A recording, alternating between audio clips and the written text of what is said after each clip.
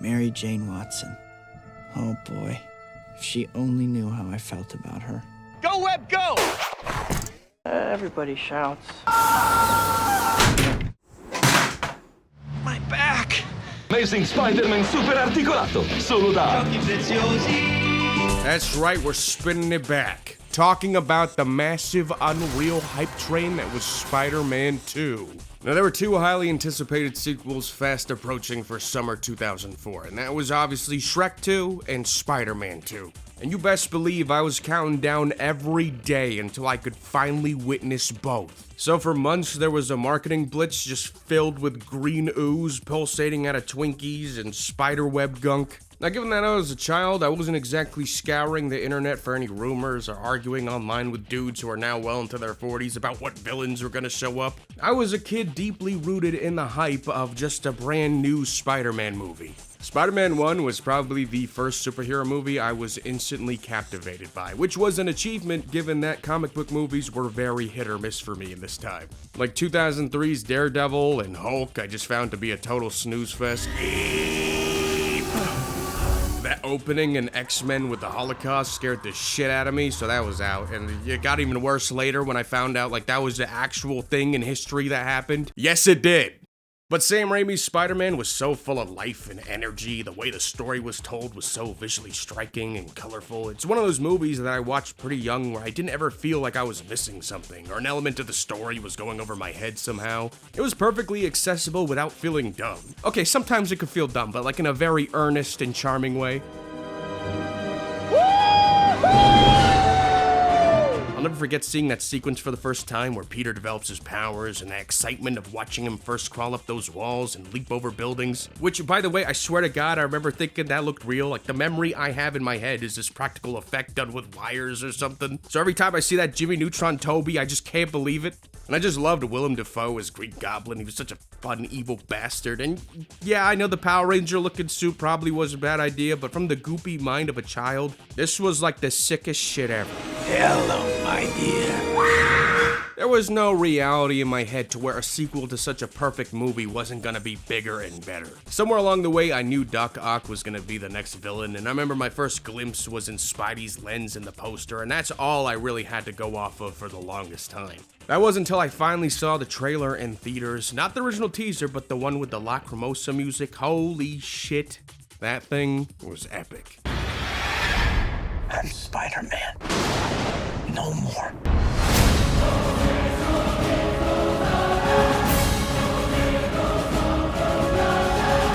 That trailer alone was such an experience in itself, I didn't know how I could be any more hooked. Every day after became a painful reminder that this movie still wasn't out yet, and you couldn't escape it. Because of course, the marketing was nuts. They had the Spider-Man 2 Dr. Pepper sweepstakes. Looking for a better way to get around? Grab a Dr. Pepper and win one of 10 Dodge Vipers or lots of other prizes. Find a talking can in 12 or 24 packs. You won! Or look through Spider-Man's eye to win. I was under the impression as a kid that all the cans would talk to you. Like if you opened a losing can, it'd say, Godspeed, Spider-Man.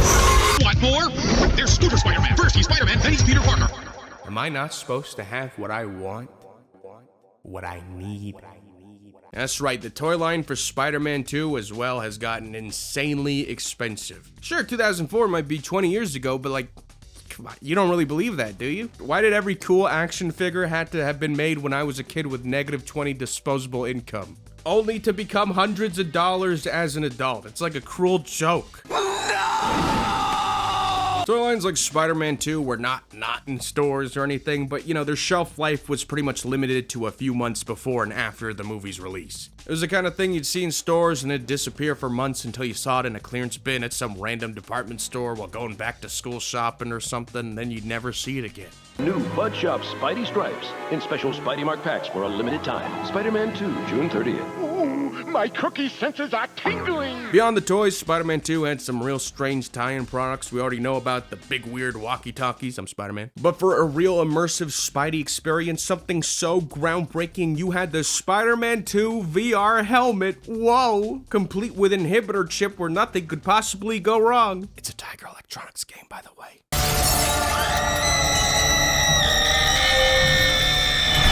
Yeah, virtual reality in 2004 was a bit too good to be true, but this looks so high-tech it was hard not to wonder, what if though?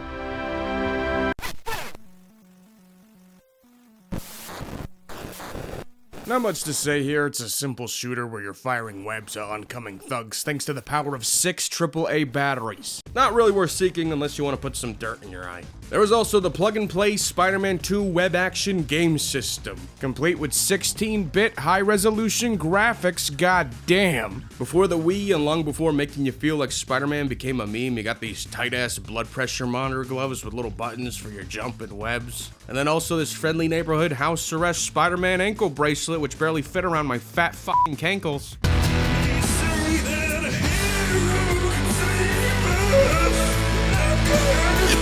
Yeah, for whatever reason, Spidey runs in this game like he just stole a Spider-Man 2 VR headset from KB Toys with no pockets.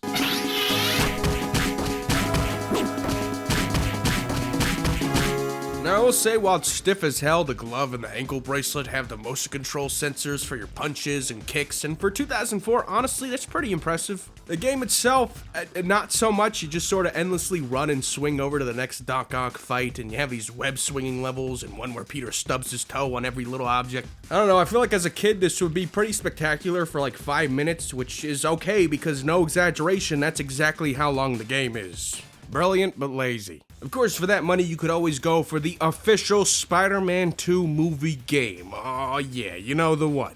Which quickly became pretty well acclaimed for its open world design and detailed web swinging mechanics. This was very out of the ordinary for a movie tie-in game. This basically became the benchmark for all Spidey games going forward with just how big it felt. That was unless you got the PC version, which ended up being completely different and dumbed down and neutered. This was pretty common for a lot of licensed kids games at the time, so that they could run on most machines. You know, most family computers weren't gonna have the horsepower to run a big open world superhero game. What made Spider-Man 2's game an even stranger anomaly was just how many different versions it got, even for weird things like the N-Gage. And outside of typical side-scrolling, this one has these decently impressive 3D web swing levels, and sure, it's sluggish, but again, that's pretty fascinating for a 2004 mobile game that nobody remembers. Even the Game Boy Advance version of Spider-Man 2 is pretty nuts. You have this compressed 10-second Game Boy Advance video-ass intro. It's not much, but seeing that kind of shit on a random dime a dozen GBA license game was crazy.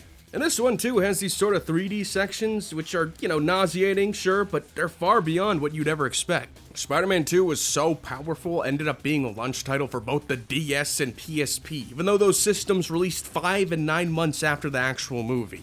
That was the branding power that was Spider-Man 2. And the fact that these were both completely different versions from any before just gave you so many ways to experience the story. It was so absurd. For that launch window, I mean, it wasn't unheard of to see the DS version of titles just be an upgraded port of a Game Boy Advance game.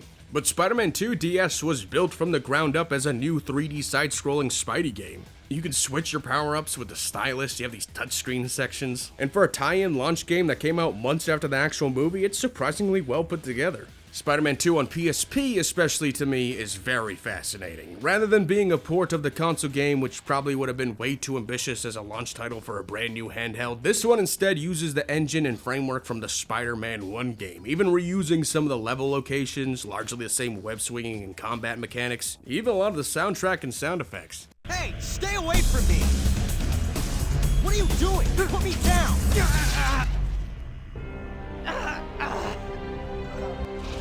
So what you have is basically a new 3D Spider-Man game exclusive to the PSP, and I think what makes it even stranger to me is just how much effort they really put into this one. You have new voice lines by Toby, even though they kind of fuck up his face and make him look like a mix of Alf and Ray Romano.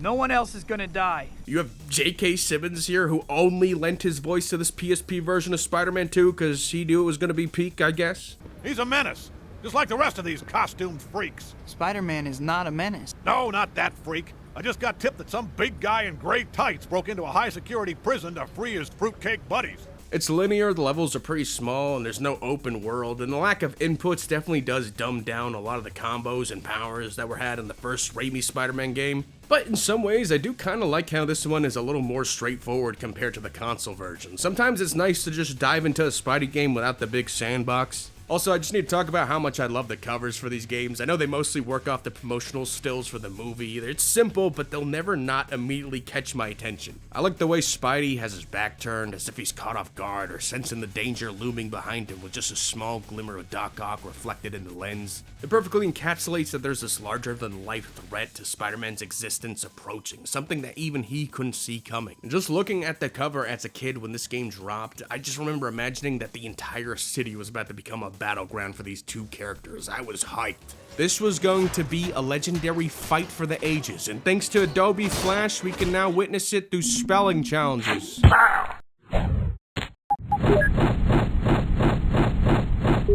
That's right, it's Peter Parker teaches typing Spider-Man 2 Web of Words. You spell the words and you fling them at Doc Ock. All your fun quips, you can tell him to cope, you can call him gay, you can use trigger words like rent. All in all, it's pretty fun.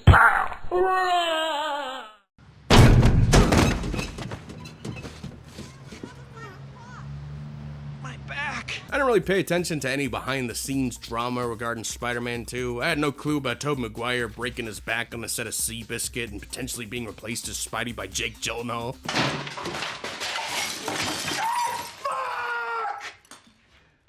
What are you doing here? I'm Spider-Man. As a kid, I was really bad at noticing recasts between sequels. Like, I had no clue those were different actors in George of the Jungle or Inspector Gadget 2. But Spider-Man was so impactful to me, and I was old enough to the point where I would have known, yo, that's not Toby, that's Bubble Boy.